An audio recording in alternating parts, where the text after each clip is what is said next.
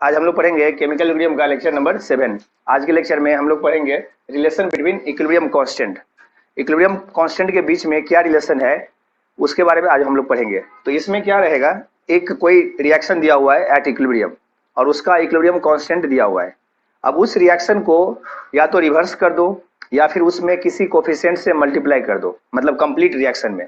तो क्या होगा, उसका इक्विलिब्रियम कांस्टेंट का वैल्यू चेंज हो जाएगा। तो हम लोग अब पढ़ेंगे कि जो न्यू रिएक्शन है, मतलब उस रिएक्शन में कोफिशिएंट से या तो मल्टीप्लाई कर दिए या फिर उसको रिवर्स कर दिए, तो जो नया इक्विलिब्रियम कांस्टेंट होगा उसको प्रीवियस से कैसे कोरिलेट करेंगे। ठीक है, तो उसके बारे में अभी हम लोग पढ़ेंगे। जैसे मान लो ए से बी है कोई रिएक्शन, ए से बी है कोई रिएक्शन, इसमें ए है रिएक्टेंट और बी है प्रोडक्ट। और इक्विलिब्रियम के बारे में हम लोग जानते हैं कि या तो रिएक्टेंट साइड से स्टार्ट करो या प्रोडक्ट साइड से स्टार्ट करो। इक्विलिब्रियम पर दोनों का कंसंट्रेशन सेम होगा और दोनों ही साइड से इक्विलिब्रियम एस्टेब्लिश हो सकता है, मतलब रिएक्टेंट साइड से भी इक्विलिब्रियम हो सकता है और प्रोडक्ट साइड से भी। तो इसलिए इसको हम रिवर्स भी कर दिए तब भी इक्विलिब्रियम पर ये रिएक्टेंट और प्रोडक्ट का कंसंट्रेशन उतना ही होगा जितना कि अभी है। ठीक है, अब ए से बी तक कोई रिएक्शन गिवन है, इसका ये मतलब इक्विलिब्रियम पर है और इसका इक्विलिब्रियम कांस्टेंट का वैल्यू दिया हुआ है कितना, K1। तो ए से बी के लिए दिया हुआ है K1, तो K1 का वैल्यू क्या आएगा, ये अभी हम कंसंट्रेशन के टर्म में लिख रहे हैं। ठीक है, तो K1 इक्वल टू क्या होगा, concentration of B upon concentration of A. Coefficient मान लो दोनों का एक ही है, ठीक है, दोनों का ये कोफिशिएंट हम 1 मान रहे हैं, तो पावर 1 1 आएगा, तो ये होगा K1 का वैल्यू। अब अगर इसको रिवर्स कर दिए, मतलब प्रोडक्ट को रिएक्टेंट साइड और रिएक्टेंट को प्रोडक्ट साइड, तो ये क्या होगा, बी से ए। ठीक है, बी से ए और इसका दिया हुआ है कितना, इक्विलिब्रियम कांस्टेंट K2। तो इसको रिवर्स करने से ये आया है और इसका वैल्यू है मतलब इक्विलिब्रियम कांस्टेंट K2। तो K2 इक्वल टू क्या होगा, इस बार प्रोडक्ट ए है और रिएक्टेंट बी है, तो K2 इक्वल टू होगा A बाई बी, मतलब concentration of A upon concentration of B, power तो 1 ही होगा। तो इस दोनों में देखो क्या रिलेशन है, इसका रिवर्स है कि नहीं है, तो K1 इक्वल टू क्या होगा, 1 बाई K2 होगा, K1 इक्वल टू होगा 1 बाई K2। ठीक है, अब ये बताओ इसमें जैसे मान लो ए से बी ये दिया हुआ है कोई रिएक्शन, उसका मतलब यही लिया हमने, ए से बी के लिए कितना है K1। ठीक है, अब क्या किया, इस बार रिवर्स नहीं किए। रिवर्स करने से क्या होगा, देखो अगर इसको रिवर्स कर देंगे तो इक्विलिब्रियम कांस्टेंट जो है ना वो भी उसका हम लोग रेसिप्रोकल लेते हैं, मतलब ये इसको अगर रिवर्स किए तो K1 अब क्या हो गया, 1 बाई K1, यही हुआ है ना। तो ये अब K2 इक्वल टू होगा 1 बाई K1 या K1 equal to 1 by K2, बात एक ही है। तो यहाँ से ये तो आ गया रिवर्स करने से, लेकिन अगर हम रिवर्स नहीं किए, हम क्या कर रहे हैं, किसी कोफिशिएंट से मल्टीप्लाई कर रहे हैं। तो जैसे ए से बी तक था, अब मान लो कोई कोफिशिएंट m लिए, MNOP जो भी लेना है लो, ABCD जो भी, तो इसको और इसको दोनों को मल्टीप्लाई करना पड़ेगा सेम कोफिशिएंट से। तो ये ए से बी है, अब इसमें हम m लिए यहाँ और यहाँ भी m, तो बैलेंस तो अभी भी है ना। तो ये दोनों को हम दोनों साइड मतलब रिएक्टेंट और प्रोडक्ट दोनों में मल्टीप्लाई कर दिए सेम नंबर से। तो अब इक्विलिब्रियम कांस्टेंट का वैल्यू हो गया K2। अभी भी इक्विलिब्रियम पर आएगा तो कुछ ना कुछ तो होगा कंसंट्रेशन, मतलब ये जो है इसका कंसंट्रेशन और इसका कंसंट्रेशन, अभी इसका जो इसके कंसंट्रेशन और इसके कंसंट्रेशन से हम इक्विलिब्रियम कांस्टेंट तो फाइंड कर सकते हैं। तो उसका वैल्यू दिया हुआ है कितना, K2। तो K2 इक्वल टू क्या होगा, कंसंट्रेशन ऑफ बी पर पावर कितना, कोफिशिएंट m, फिर अपॉन कंसंट्रेशन ऑफ ए पर पावर m। तो इसको हम ऐसे लिख सकते हैं। ऐसे क्यों लिख रहे हैं, क्योंकि देखो ये जो b बाई ए आया है, ये ऑलरेडी इसके बदला में K1 लिख सकते कि नहीं, K1 लिख सकते हैं ना। तो ये क्योंकि K1 इक्वल टू क्या होगा, b बाई ए, तो फाइनली K2 और K1 में रिलेशन आएगा कि नहीं, तो K2 और K1 में रिलेशन आ जाएगा। और यहाँ पर भी K1 इक्वल टू क्या होगा, ये होगा 1 बाई K2। और यहाँ पर क्या होगा, यहाँ पर K2 और K1 में क्या रिलेशन होगा, खुद से पहले लिखो।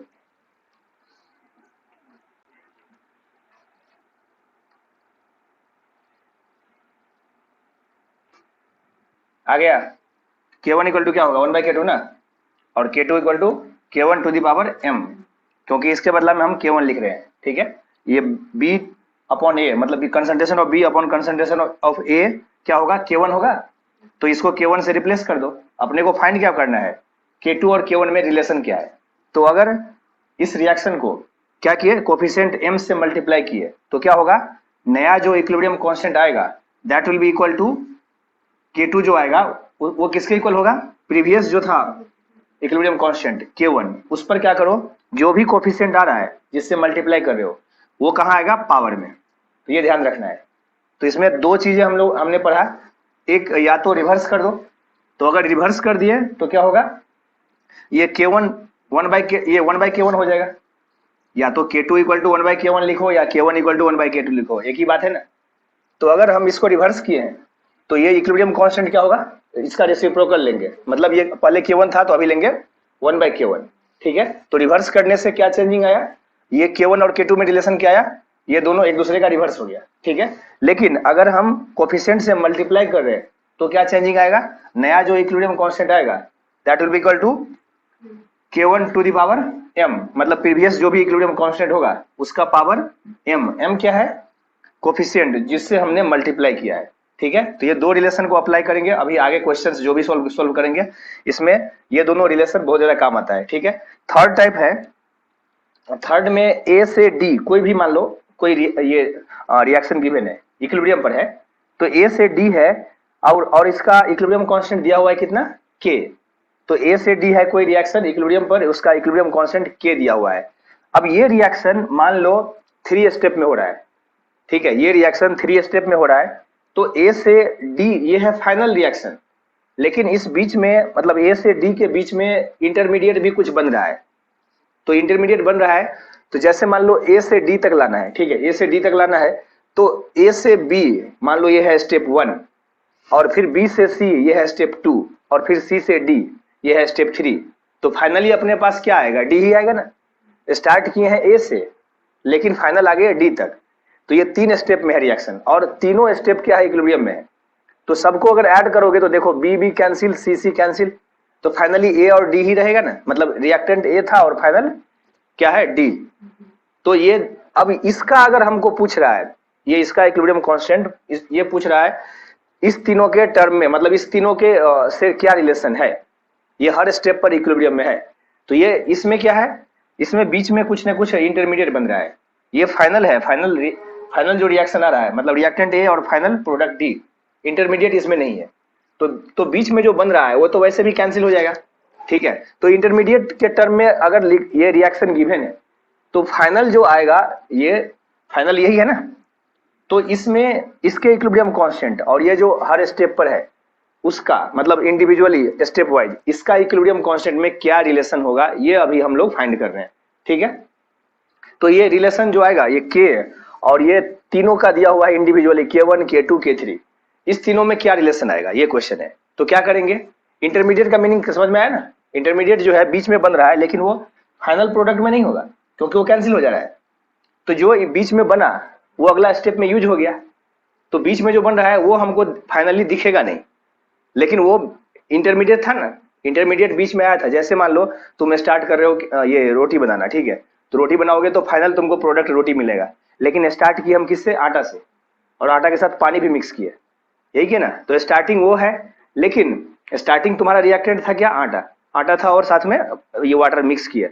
अब उसको मिक्सचर जो बन रहा है वो कुछ देर के लिए है, आटा तो बहुत पहले से था रिएक्टेंट, और वो बीच में जो मिक्सचर बना आटा और पानी का वो कुछ देर के लिए है, बाद में वो खत्म हो गया और फाइनली हमको क्या मिला, रोटी, वो प्रोडक्ट।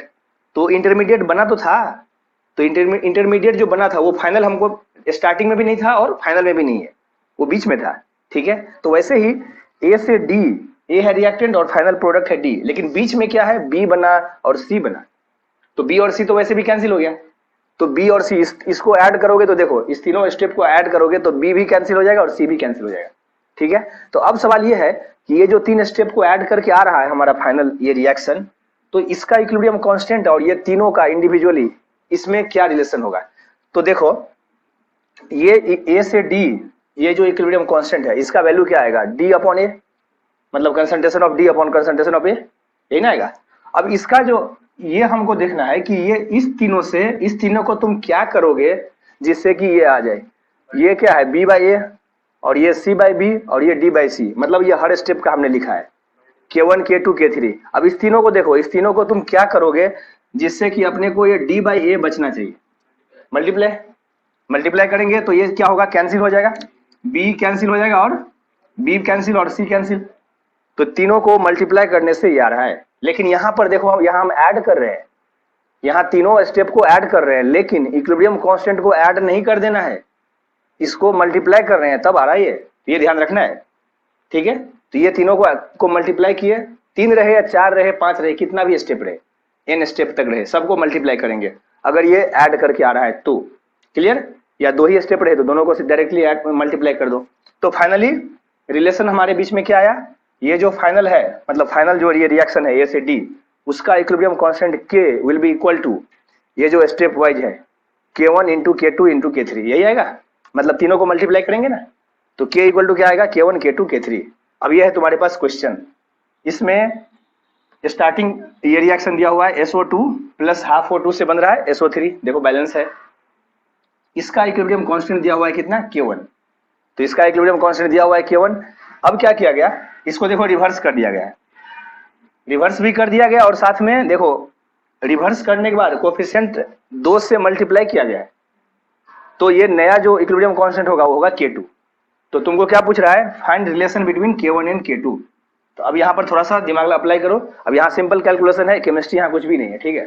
यहाँ पर ये सिंपल मैथमेटिकल कैलकुलेशन है, तुमको k1 और k2 में रिलेशन फाइंड करना है। चलो जल्दी से आंसर बताओ।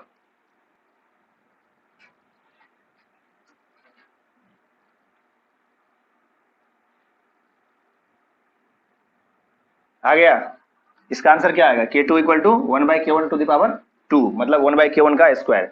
कैसे आएगा ये, देखो इसको पहले रिवर्स किया गया है, यही ना, मतलब प्रोडक्ट को रिएक्टेंट में और रिएक्टेंट को प्रोडक्ट में, उसके बाद 2 से मल्टीप्लाई किया गया है। तो पहले क्या करेंगे, पहले इसको रिवर्स करके सोचो। तो इसको अगर हमने रिवर्स किया, मतलब इसको इधर लिखे तो ये ऐसे दिखेगा, तो क्या होगा, इसको अगर रिवर्स किए तो जैसे यहाँ पर ये b को इधर और a को इधर, तो क्या होगा, इससे k1 क्या हो जाएगा, 1/k1, मतलब इसका रेसिप्रोकल लेंगे। तो अगर तुमने रिवर्स किया तो ये k1 हो जाएगा अब 1/k1, मतलब इसका इक्विलिब्रियम कांस्टेंट आएगा 1/k1। अब क्या किया, इसमें 2 से मल्टीप्लाई कर दिए तभी तो आएगा ये, तो 2 से मल्टीप्लाई कर दिए। तो मल्टीप्लाई करने से क्या होता है, यहाँ पर देखो कोफिशिएंट से मल्टीप्लाई कर रहे हैं तो वो पावर में आता है, तो 2 से मल्टीप्लाई किए हैं, मतलब इसको ना मल्टीप्लाई किए हैं, इसको नहीं, या इसको अगर सोचोगे तो पहले मल्टीप्लाई करो बाद में रिवर्स करो, बात एक ही है। तो इसको हम अभी मल्टीप्लाई किए हैं 2 से, तो इसका जो आया है 1/k1, उसमें क्या करो, उसका पावर आ जाएगा 2, और इसका दिया हुआ है कितना, मतलब मल्टीप्लाई करने के बाद ये बनेगा, और इसका कितना है k2, तो ये k2 इसके इक्वल होगा कि नहीं, क्योंकि इसमें हम मल्टीप्लाई किए हैं 2 से, तो इसका पावर हो जाएगा 2, तो ये होगा इक्वल k2 के। तो फाइनली रिलेशन क्या आया, k2 इक्वल टू 1/k1 का स्क्वायर, ठीक है। चलो लिखो यहां तक।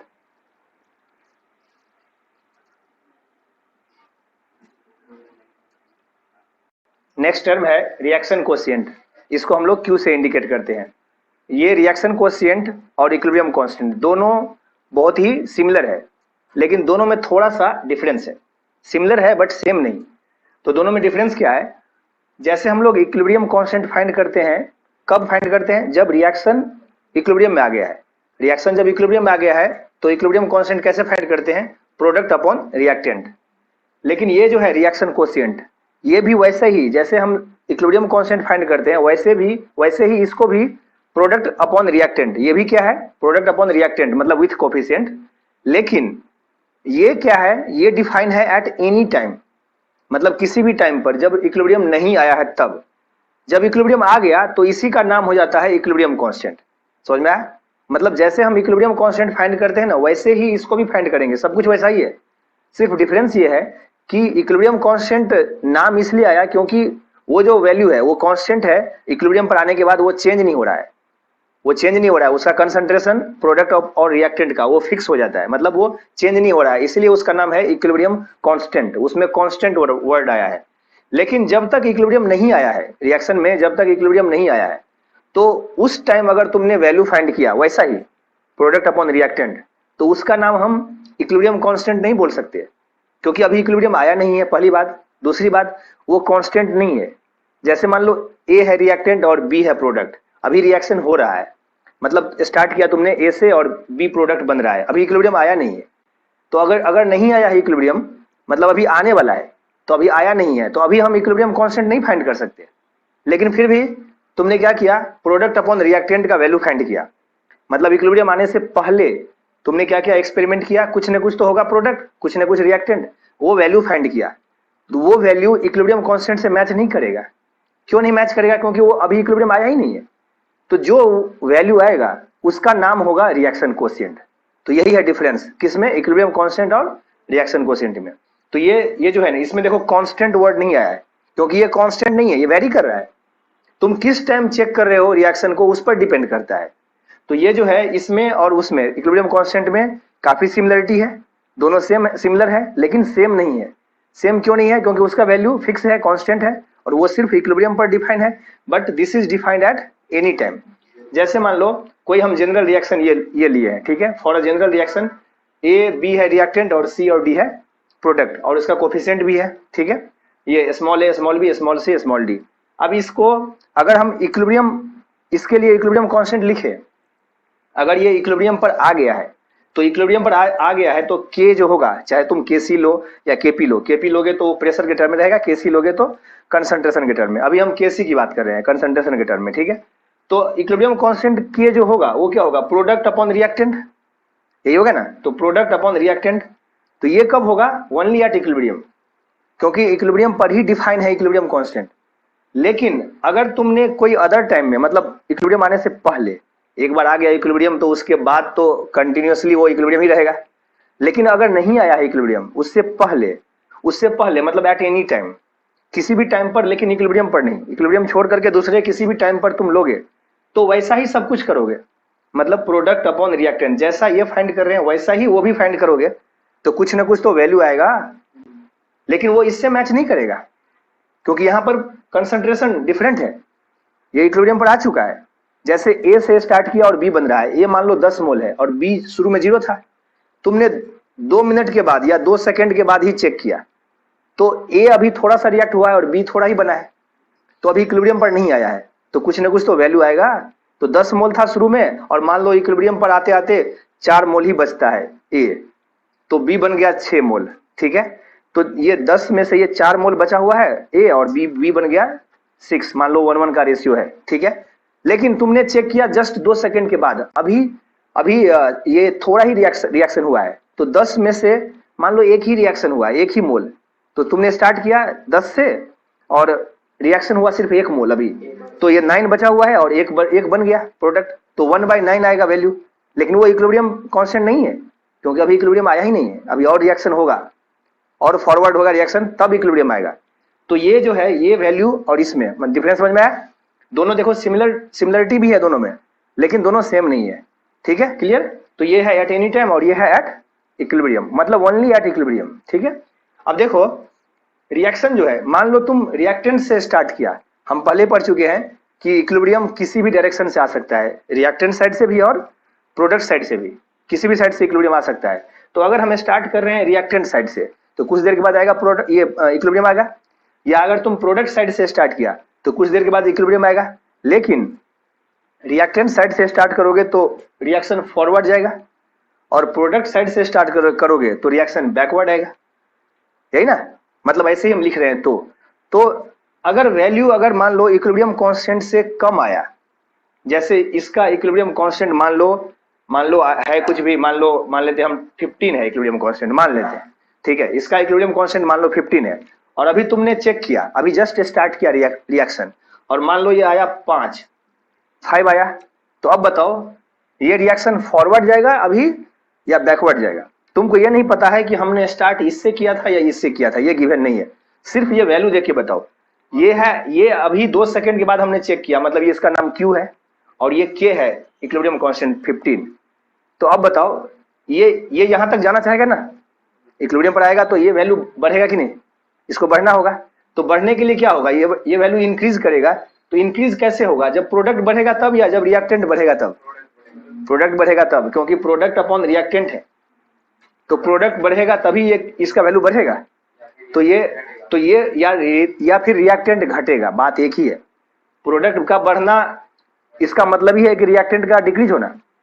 प्रोडक्ट तभी बढ़ेगा जब ये रिएक्शन होगा ना, तो रिएक्टेंट अपने आप डिक्रीज होगा।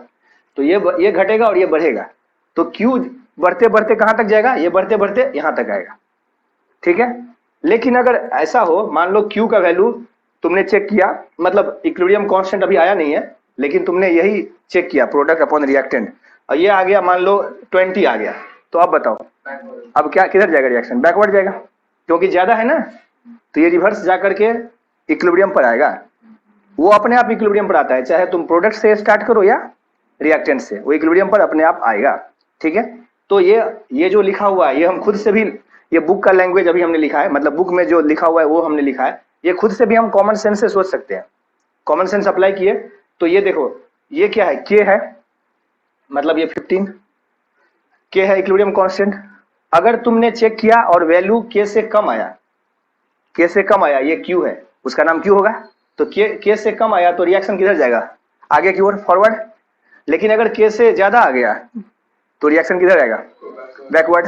क्लियर? तो यहां पर हम लिख लेंगे, तो ये फॉरवर्ड रिएक्शन कब होगा? जब के से क्यू लेस होगा या मोर। फॉरवर्ड जाने के लिए ये क्यू लेस होगा, तो ये लेस होगा, तो ये यहां तक आना चाह रहा है, लेकिन इसमें रिवर्स। और इक्विलिब्रियम पर क्या होगा? इक्विलिब्रियम पर जब आ गया तो के और क्यू इक्वल होगा, मतलब क्यू का नाम ही के हो जाता है, यही ना? इक्विलिब्रियम पर आने के बाद इसी क्यू का नाम हो जाएगा अब के। क्लियर? चलो अब ये क्वेश्चन सॉल्व करो। इसमें क्या है? केसी दिया हुआ है एट सर्टेन टेम्परेचर, और ये ध्यान रखो इक्विलिब्रियम कांस्टेंट टेम्परेचर पर डिपेंड करता है। अगर टेम्परेचर सेम है तो उसका वैल्यू चेंज नहीं होगा। ठीक है, टेम्परेचर अगर सेम है तो इक्विलिब्रियम कांस्टेंट का वैल्यू चेंज नहीं होगा। तो ये एट सर्टेन टेम्परेचर केसी कितना दिया हुआ है? 16, और ये रिएक्शन है। इसमें देखो डेल्टा एनजी कितना है? डेल्टा एनजी 0 है। ठीक है, तो डेल्टा एनजी 0 बहुत काम करता है। ठीक है, और तो इसमें अब स्टेप बाय स्टेप बुक का मेथड नहीं चलना है, ये बहुत ज्यादा, फिर इसको स्टेप बाय स्टेप चलोगे तो फिर टाइम ज्यादा लगेगा। शॉर्टकट से इसको सॉल्व करेंगे। ठीक है, शॉर्टकट से सॉल्व करेंगे। क्या है इसमें? देखो, if we take 1 mole of each of 4 gases, चारों गैस है ना, चारों गैसेस है, बैलेंस है कि नहीं? बैलेंस है ना, बैलेंस है। डेल्टा एनजी 0 आया है, तो डेल्टा एनजी 0 है तो दिमाग लगाओ, केसी में वॉल्यूम टर्म रहेगा क्या? नहीं रहेगा। तो ट्रिक हम लोगों को पहले से पता है। ठीक है, केसी में वॉल्यूम टर्म रहेगा ही नहीं, तो क्यों लंबा कैलकुलेशन करना है? एक बार मोल निकालो, फिर कंसंट्रेशन निकालो, क्यों? वॉल्यूम टर्म जब कैंसिल ही हो जाएगा तो हम मोल, सीधा मोल से इसको सॉल्व करेंगे, एक स्टेप में ही आंसर आ जाएगा, एक से मतलब नेक्स्ट स्टेप, 2 स्टेप में। तो ये इसका दिया हुआ है कितना? वॉल्यूम दिया हुआ है 2 लीटर। ठीक है, कंटेनर का वॉल्यूम दिया हुआ है 2 लीटर। तो देखो इसमें क्या पूछ रहा है? केसी नहीं पूछ रहा है, केसी तो दिया हुआ है, लेकिन उसका यूज करके हमको फाइंड करना है। क्या फाइंड करना है? ये NO और NO2 का कंसंट्रेशन एट इक्विलिब्रियम। ठीक है, चलो पहले खुद से ट्राई करो।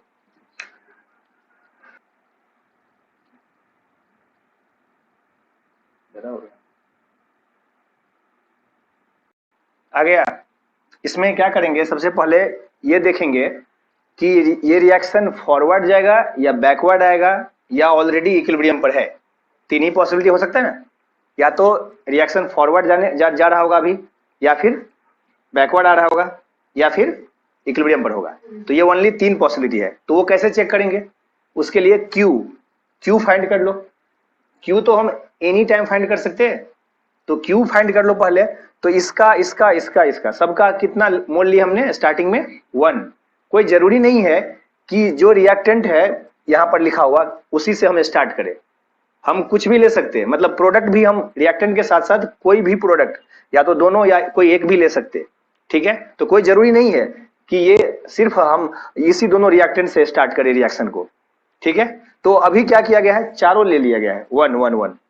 तो इसका मतलब तुम सोचोगे कि ये रिएक्शन अब फॉरवर्ड या बैकवर्ड नहीं आएगा, चारों इक्वल है, ऐसा नहीं सोचना है। अगर ऐसा अगर होता तो फिर ये इक्विलिब्रियम कांस्टेंट, अगर मान लो तुम ये सोच रहे हो कि ये 1 1 1 1 लिए हैं तो सारे इक्विलिब्रियम पर है, मतलब ये रिएक्शन इक्विलिब्रियम पर है, तो फिर इक्विलिब्रियम कांस्टेंट फाइंड करो। फिर तो मैच करना चाहिए ना इससे, केसी से। वो मैच ही नहीं करेगा, तुम चेक कर लो। अगर ये इक्विलिब्रियम पर होता तो और ये 1 1 1 1 इक्विलिब्रियम पर अगर सारे 1 मोल होता तो ये 1 × 1 अपॉन 1 × 1 1 आएगा, जबकि इक्विलिब्रियम कांस्टेंट कितना है? 16। तो मैच नहीं कर रहा है ना, इसका मतलब ये इक्विलिब्रियम पर नहीं है। तो सबसे पहले क्या करेंगे? इक्विलिब्रियम पर है या नहीं वो चेक करेंगे, पहला काम। तो उसके लिए क्यू फाइंड करो। तो क्या होगा? क्यू तो एनी टाइम फाइंड कर सकते।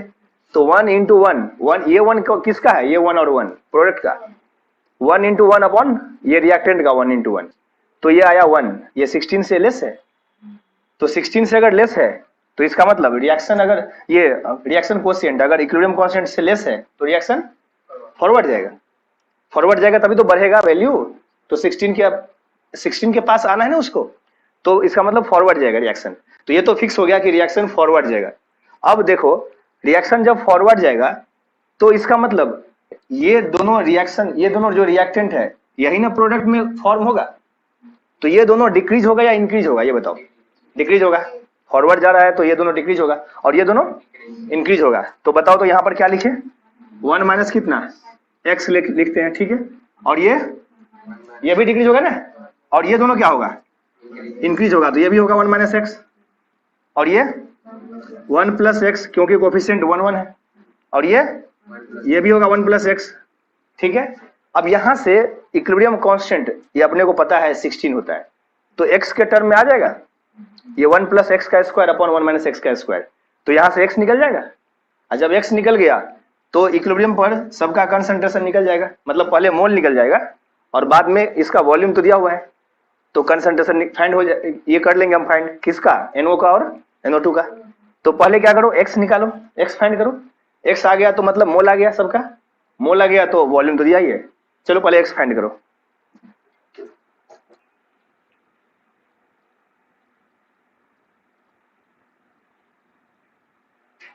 आ गया आंसर।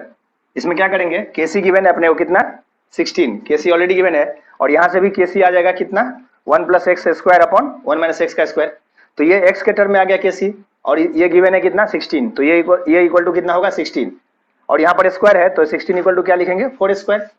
तो यहाँ से फिर क्या करेंगे, x का वैल्यू फाइंड कर लेंगे, कैसे, इसको स्क्वायर रूट करो, तो ये 1 plus x by 1 minus x equal to कितना 4, तो यहाँ से x का वैल्यू आ जाएगा कितना 3/5 मीन्स 0.6।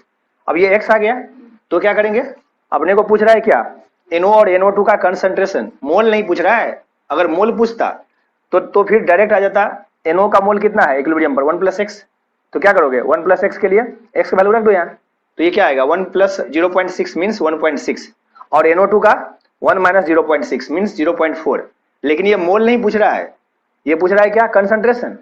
तो कंसंट्रेशन कैसे फाइंड करेंगे, मोल अपॉन वॉल्यूम, मोल पर लीटर होता है ना यूनिट, तो क्या करेंगे ये 2 से डिवाइड कर दो, तो NO का कंसंट्रेशन कितना आएगा, NO का मोल अपॉन वॉल्यूम 2 लीटर है ना वॉल्यूम, तो NO का मोल कितना 1.6 अपॉन 2 तो 0.8, और NO2 का कितना है, ये है 0.4, 1 माइनस 0.6 है ना, तो ये 0.4 और अपॉन 2 तो कितना आएगा 0.2 मोल पर लीटर।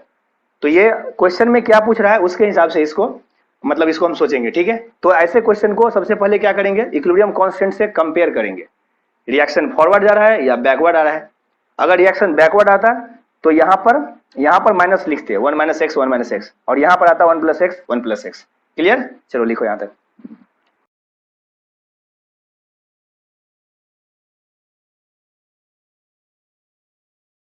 ये क्वेश्चन सोल्व करो, ये है जेईई मेंस 2004 का। इसमें ये गिवन रिएक्शन है N2 और O2 से बन रहा है क्या 2NO बैलेंस किया हुआ है, और टेम्परेचर कोई पार्टिकुलर टेम्परेचर पर उसका Kc इक्विलिब्रियम कांस्टेंट दिया हुआ है। तो क्या पूछ रहा है, the value of Kc for the reaction this. इसमें देखो क्या किया गया है, ये रिएक्शन को रिवर्स कर दिया गया और उसको 2 से डिवाइड कर दिया गया, ठीक है। तो रिवर्स किया गया और फिर 2 से डिवाइड किया गया है, और उसी टेम्परेचर पर, जिस टेम्परेचर पर ये रिएक्शन के लिए इक्विलिब्रियम कांस्टेंट है, सेम टेम्परेचर पर Kc पूछ रहा है इस रिएक्शन का, ठीक है, मतलब टेम्परेचर सेम रहेगा। तो टेम्परेचर चेंज होने से क्या होता है, इक्विलिब्रियम कांस्टेंट का वैल्यू चेंज हो जाता है। तो टेम्परेचर इसने चेंज नहीं किया हुआ है, ठीक है, टेम्परेचर सेम है। और एग्जाम में क्वेश्चन में अगर टेम्परेचर के बारे में कुछ भी नहीं लिखा है ना, तो हम ये मान के चलेंगे कि टेम्परेचर इज कांस्टेंट, ठीक है, टेम्परेचर कांस्टेंट है। तो ये बहुत ही आसान क्वेश्चन है, चलो पहले खुद से ट्राई करो।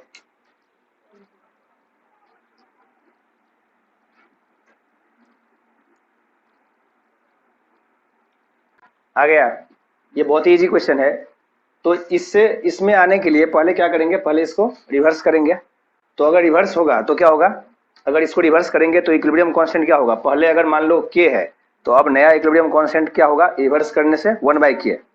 तो पहले इसको रिवर्स करेंगे, लेकिन रिवर्स करने से ऐसा नहीं आएगा, NO लेफ्ट साइड आ जाएगा, लेकिन NO के साथ 2 कोफिशिएंट है, तो लेफ्ट साइड तो आ जाएगा, लेकिन कोफिशिएंट 2 है, बट जिसका हमको पूछ रहा है उसमें कोफिशिएंट 1 है।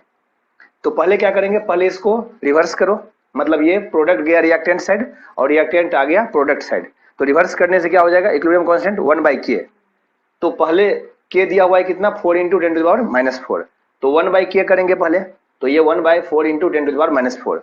तो यहाँ आ गया रिवर्स करने से। लेकिन अभी हमको इसका जस्ट रिवर्स नहीं पूछ रहा है, रिवर्स करने के बाद फिर उसमें क्या किया गया है, 2 से डिवाइड भी किया गया है। तो 2 से डिवाइड किया गया है, तो तुम बोलोगे डिवाइड करने के लिए तो हमने रूल पढ़ा ही नहीं है। तो डिवाइड करने के लिए रूल नहीं पढ़े है ना, लेकिन 2 से डिवाइड करने का मतलब क्या है, 1/2 से मल्टीप्लाई करना, बात एक ही है। 2 से डिवाइड करो या 1/2 से मल्टीप्लाई करो, बात एक ही है ना। तो मल्टीप्लाई करने का तो रूल पढ़े थे, कोफिशिएंट अगर रिएक्टेंट और प्रोडक्ट दोनों में अगर सेम कोफिशिएंट से अगर मल्टीप्लाई कर रहे हैं तो वो पावर में आता था। तो यहाँ 1/2 से मल्टीप्लाई कर रहे हैं, मतलब इसको रिवर्स किए फिर 1/2 से मल्टीप्लाई किए, तो 1/2 से मल्टीप्लाई करेंगे तो वो आ जाएगा पावर में। तो पहले क्या करेंगे, पहले इसको रिवर्स करो, 1 मतलब ये k का जो वैल्यू है वो क्या होगा, 1 ये आ जाएगा, ठीक है, 1/k टर्म आएगा और उसके बाद पावर आ जाएगा हाफ, मतलब स्क्वायर रूट। तो स्क्वायर रूट ऑफ दिस 1/4 × 10⁻⁻2, तो ये आएगा कितना, 2 × 10⁻, ये -1 नहीं होगा, एक मिनट, ये नहीं, यहाँ पर -4 होगा, तो इसको ये -4 होगा और यहाँ होगा कितना, ये -2। तो फाइनली क्या आएगा, ये ऊपर जाएगा तो 10² मतलब 100/2 मीन्स 50, ठीक है। अब ये क्वेश्चन ट्राई करो, इसमें क्या पूछ रहा है, ये क्वेश्चन में स्टार भी लगा लो, ठीक है, ये बहुत ही इंपॉर्टेंट क्वेश्चन है। At total pressure P1 ATM and P2 ATM, total pressure दिया हुआ है P1 और P2, मतलब P1 और P2 दोनों डिफरेंट है, तो इसका मतलब डिफरेंट प्रेशर पर दिया हुआ है ये, ठीक है। तो P1 और P2 ATM टोटल प्रेशर है। At total pressure P1 ATM and P2 ATM N2O4 is dissociated to an extent of 33% and 50% respectively। मतलब P1 प्रेशर पर, मतलब ये P1 ATM प्रेशर पर कितना, ये 33% और P2 पर 50% डिसोसिएट हो रहा है, और N2O4 डिसोसिएट किस में होता है, NO2 में। और इसको बैलेंस करेंगे तो क्या होगा, N2O4 से 2NO2 डिसोसिएट होगा, मतलब 1 मोल से 2 मोल बनेगा। तो अब डिफरेंट प्रेशर पर, प्रेशर डिफरेंट है तो इसका डिसोसिएशन का जो परसेंटेज है वो भी डिफरेंट है, ठीक है। डिफरेंट प्रेशर पर डिसोसिएशन भी डिफरेंट परसेंटेज में हो रहा है, ठीक है। तो अब क्या पूछ रहा है, what is the ratio of P1/P2। तो P1 और P2 का रेशियो पूछ रहा है। ये ऐसा ही क्वेश्चन, सिर्फ डेटा चेंज था, सेम क्वेश्चन ऐसा ही नीट में ऑलरेडी आ चुका है, ठीक है। और ऐसे क्वेश्चन, मतलब ये थोड़ा अच्छा क्वेश्चन है, ये किसी भी एग्जाम में आने का पॉसिबिलिटी रहता है। तो ये इसमें स्टार लगाओ और इसको पहले खुद से ट्राई करो, फिर हम इसको एक्सप्लेन करते हैं। इसमें एक चीज ध्यान रखो, थोड़ा सा हम हिंट दे रहे हैं ये क्वेश्चन को सोल्व करने के लिए। देखो इसमें टेम्परेचर के बारे में कुछ नहीं बोला गया है क्या, टेम्परेचर के बारे में कुछ नहीं बोला है। तो इक्विलिब्रियम कांस्टेंट जो है Kc या Kp, वो टेम्परेचर पर डिपेंड करता है। प्रेशर तुम कुछ भी करो, प्रेशर कम करो ज्यादा करो, प्रेशर लेस हो या मोर हो, उससे इक्विलिब्रियम कांस्टेंट पर कोई फर्क नहीं पड़ता। टेम्परेचर अगर फिक्स है, मतलब टेम्परेचर अगर कांस्टेंट है, तो इक्विलिब्रियम कांस्टेंट जो है, नाम ही है ना उसका इक्विलिब्रियम कांस्टेंट। तो टेम्परेचर अगर कांस्टेंट है तो इक्विलिब्रियम कांस्टेंट का वैल्यू फिक्स होगा, मतलब वो चेंज नहीं होगा। तो इसमें कुछ नहीं बोला है, तो हम मान के चलेंगे क्या, टेम्परेचर इज कांस्टेंट। तो टेम्परेचर अगर कांस्टेंट है, इसका मतलब इक्विलिब्रियम कांस्टेंट जो है उसका वैल्यू वो सेम रहेगा। तो अब डिफरेंट प्रेशर पर, अब ये परसेंटेज डिफरेंट है, तो ये जो है परसेंटेज, इसको अल्फा के टर्म में हम लिख सकते हैं। ये 33% मतलब कितना, 0.33, और ये 50% मतलब 0.5, ठीक है। तो 0.5 है, और ये मतलब अल्फा होगा यहाँ पर क्या, हाफ होगा ना, 0.5 ना, मतलब आउट ऑफ 1 परसेंटेज में है ना 50, अल्फा क्या था, डिग्री ऑफ डिसोसिएशन, मतलब आउट ऑफ 1 कितना डिसोसिएट हो रहा है, तो वो अल्फा के टर्म में हम लिख सकते हैं, या यहाँ पर हमने x लिया है। तो अल्फा के टर्म में तुम क्या करोगे, Kp, यहाँ पर प्रेशर का टर्म है ना, तो Kp अल्फा के टर्म में पहले फाइंड कर लेंगे। शॉर्टकट भी पता है अपने को कैसे Kp फाइंड करते हैं, टोटल प्रेशर दिया ही हुआ है, तो टोटल प्रेशर के टर्म में हम फाइंड कर लेंगे। और यहाँ पर वॉल्यूम का कोई जरूरत नहीं है, क्योंकि Kc फाइंड नहीं करना है। डेल्टा है, देखो डेल्टा Ng 0 नहीं है, तो Kc फाइंड भी नहीं करना है ना, Kc फाइंड करना ही नहीं है तो वॉल्यूम की कोई जरूरत ही नहीं है। Kp फाइंड करना है तो प्रेशर दिया ही हुआ है, टोटल प्रेशर, ठीक है। तो ये जो x है, ये मान लेते हैं हम क्या, ये डिग्री ऑफ डिसोसिएशन है। तो x का वैल्यू वेरी करेगा, कभी 0.33 और कभी 0.5 आएगा। ठीक है, मतलब P1 पर 0.33 और P2 पर 0.5। तो क्या करेंगे, ये Kp फाइंड कर लेंगे इक्विलिब्रियम कांस्टेंट, और फिर टेम्परेचर तो कांस्टेंट है, कुछ नहीं बोला है तो ये डिफरेंट डिफरेंट वैल्यू के लिए Kp का वैल्यू सेम आएगा। तो दोनों ही केस में Kp को इक्वल करो और फिर थोड़ा सा कैलकुलेशन होगा तो फिर P1/P2 का आ जाएगा। ठीक है, पहले खुद से ट्राई करो, फिर उसके बाद पहले ये बताओ, ये x अभी क्या है, मान लो ये आउट ऑफ 1 है ना, कितना डिसोसिएट हो रहा है, मतलब ये डिग्री ऑफ डिसोसिएशन है। हम स्टार्टिंग ये 1 से कर रहे हैं क्योंकि कैलकुलेशन थोड़ा सा इजी हो। 1 की जगह कुछ दूसरा भी ले सकते थे, मान लो a, तो a लेंगे यहाँ, तो यहाँ पर भी a आएगा क्या, a इंटू 1 - x। अभी हम 1 क्यों ले रहे हैं, क्योंकि ये परसेंटेज में दिया है, तो इसको हम फ्रैक्शन में 0.33 लिख सकते हैं। 100 भी ले सकते हैं हम, तो 100 लेंगे तो ये 100 - 33 आएगा फिर।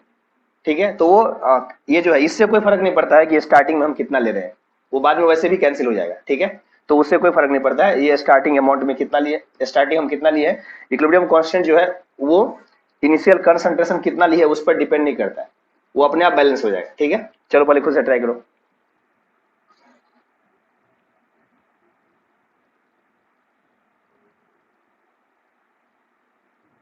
आगे आंसर, इसमें NO2 कितना फॉर्म होगा, यहाँ से x जाएगा तो 2x फॉर्म होगा, और टोटल मोल क्या होगा इक्विलिब्रियम पर 1 - x प्लस 2x, मतलब कितना आएगा 1 + x। ये टोटल मोल हम क्यों फाइंड कर रहे हैं, क्योंकि Kp के लिए टोटल मोल का रिक्वायरमेंट है।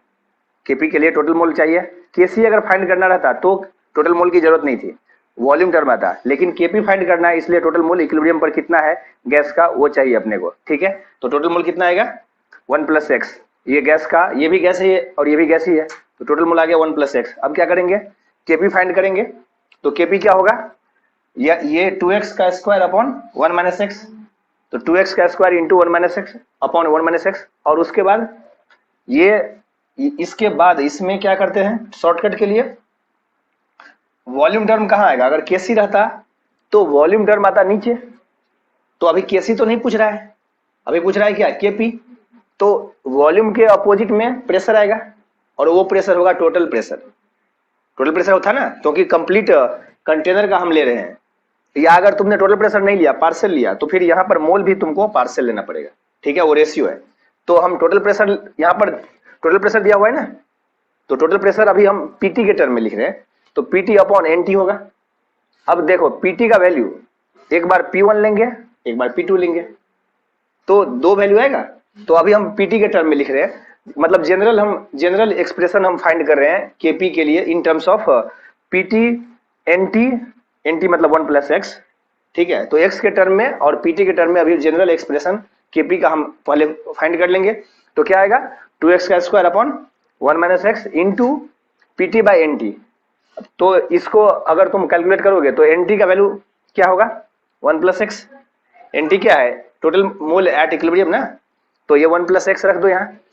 अभी pt के टर्म में क्या आएगा, ये 4x स्क्वायर अपॉन, इस दोनों को मल्टीप्लाई करेंगे 1 - x स्क्वायर, और यहाँ पर pt, ये आ गया Kp का एक्सप्रेशन। अब क्या करेंगे, एक बार P1 रखो और एक बार P2 रखो, और जब P1 है तो x का वैल्यू कितना है, x क्या है आउट ऑफ 1, आउट ऑफ 100 नहीं, बट यहाँ पर दिया हुआ है कितना आउट ऑफ 100 ना, मतलब परसेंटेज में है ना, तो इसको अगर हम आउट ऑफ 1 लेंगे तो ये क्या आएगा 0.33 आएगा, और ये 50% कितना आएगा आउट ऑफ 1, मतलब फ्रैक्शन में अगर लिए तो अल्फा 0.5 आएगा। तो एक बार क्या करेंगे, x की जगह एक बार इसके लिए P1 के लिए 0.33, तो ये x की जगह रख दिया 0.33। ठीक है, और PT की जगह P1, तो ये आ गया क्या Kp1, ये इसका नाम दे रहे हैं Kp1। और Kp2 के लिए क्या करेंगे, ये P2 लेंगे टोटल प्रेशर, और अल्फा का वैल्यू इस बार आएगा 0.5, तो अल्फा का वैल्यू 0.5 रख दिए, और टोटल प्रेशर जो होगा इस बार P2 है ना, तो इस बार टोटल प्रेशर है P2, तो Kp1 भी आ गया और Kp2 भी आ गया। अब क्या होगा, टेम्परेचर के बारे में कुछ दिया नहीं है। ठीक है, टेम्परेचर के बारे में कुछ दिया नहीं है, मतलब टेम्परेचर कांस्टेंट है, तो Kp1 और Kp2 both will be equal, मतलब दोनों बोथ आर क्या है, बोथ आर इक्वल है, तो दोनों इक्वल है, तो ये Kp1 = Kp2, क्यों, रीजन क्या है, टेम्परेचर इज कांस्टेंट। ठीक है, टेम्परेचर कांस्टेंट है, तो Kp1 का वैल्यू पता है और Kp2 का वैल्यू पता है, मतलब दोनों का एक्सप्रेशन अपने को पता है इन terms of P1 and P2, तो दोनों का वैल्यू रख दो। अब तुम बोलोगे इसमें कैलकुलेशन में इसमें टाइम लगेगा, इसको कैलकुलेट करना डिफिकल्ट है, तो देखो इसको कैलकुलेशन कैसे इजी बना सकते हो।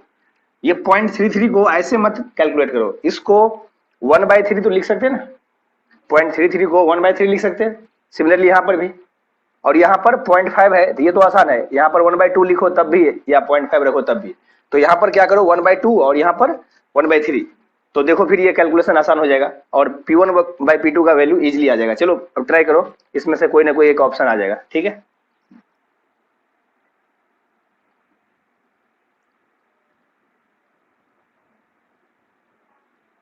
आ गया, इसको कैलकुलेट करोगे तो कितना आएगा, P1/P2 इक्वल टू 8/3, तो आंसर क्या होगा, बी, ठीक है। चलो यहां तक लिखो।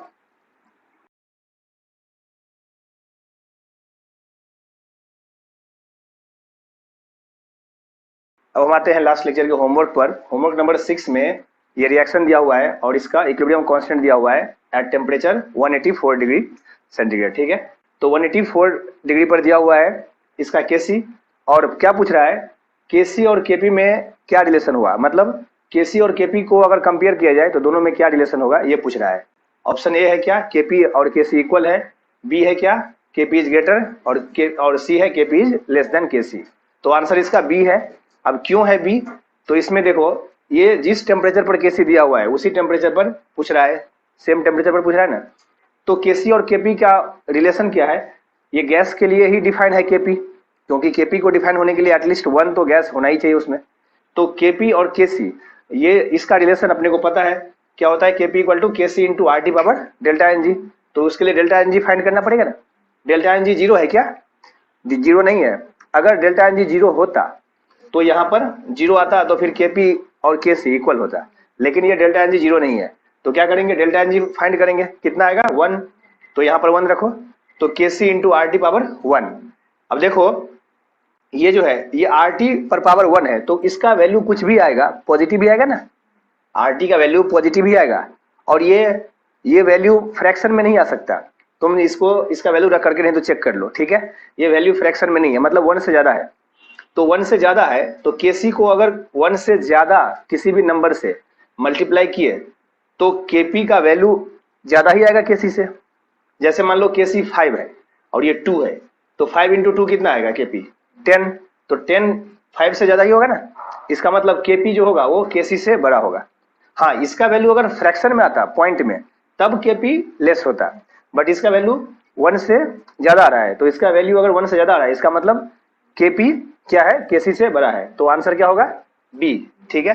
चलो नेक्स्ट क्वेश्चन, इसमें क्या पूछ रहा है, which oxide of nitrogen is most stable at 273 kelvin. और इसी टेम्परेचर पर, मतलब ये 0 डिग्री सी है, तो 0 डिग्री पर केसी का वैल्यू दिया हुआ है।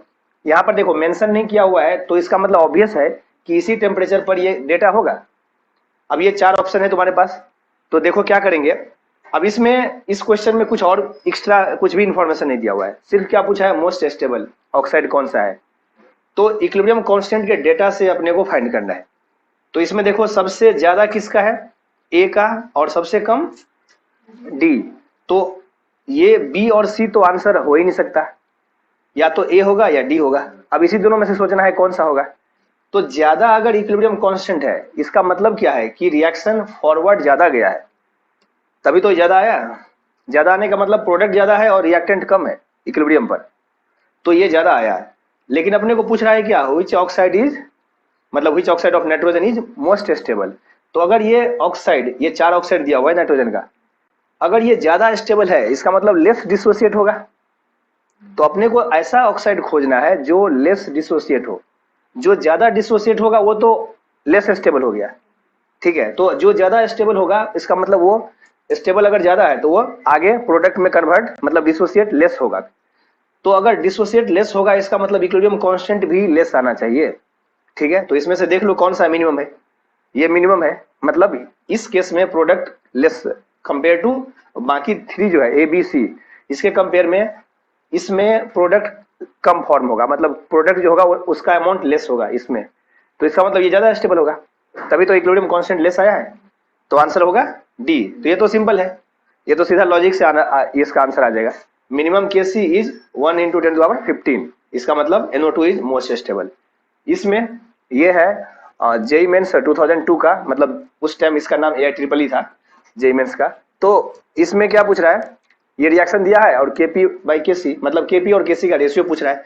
तो ये भी सिंपल है, ऐसा ही KP इक्वल टू पता है अपने को, KC into RT power delta NG। अब देखो यहाँ पर अगर तुमने ये फॉर्मूला भूल गया, अगर तुम ये फॉर्मूला भूल गए तो ऑप्शन एक और है, अगर मतलब इसमें अगर अपोजिट कर दिए ना, रिवर्स कर दिए, KP की जगह KC और KC की जगह KP, इसलिए बहुत जरूरी है ये फॉर्मूला तुमको याद रहेगा।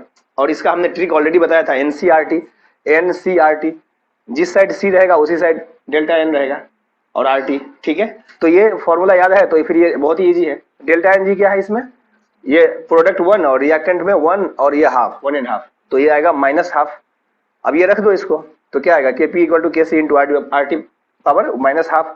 तो KP/KC का रेशियो आएगा RT पर पावर कितना, -12, ठीक है। तो आंसर विल बी C, ठीक है। चलो लिखो।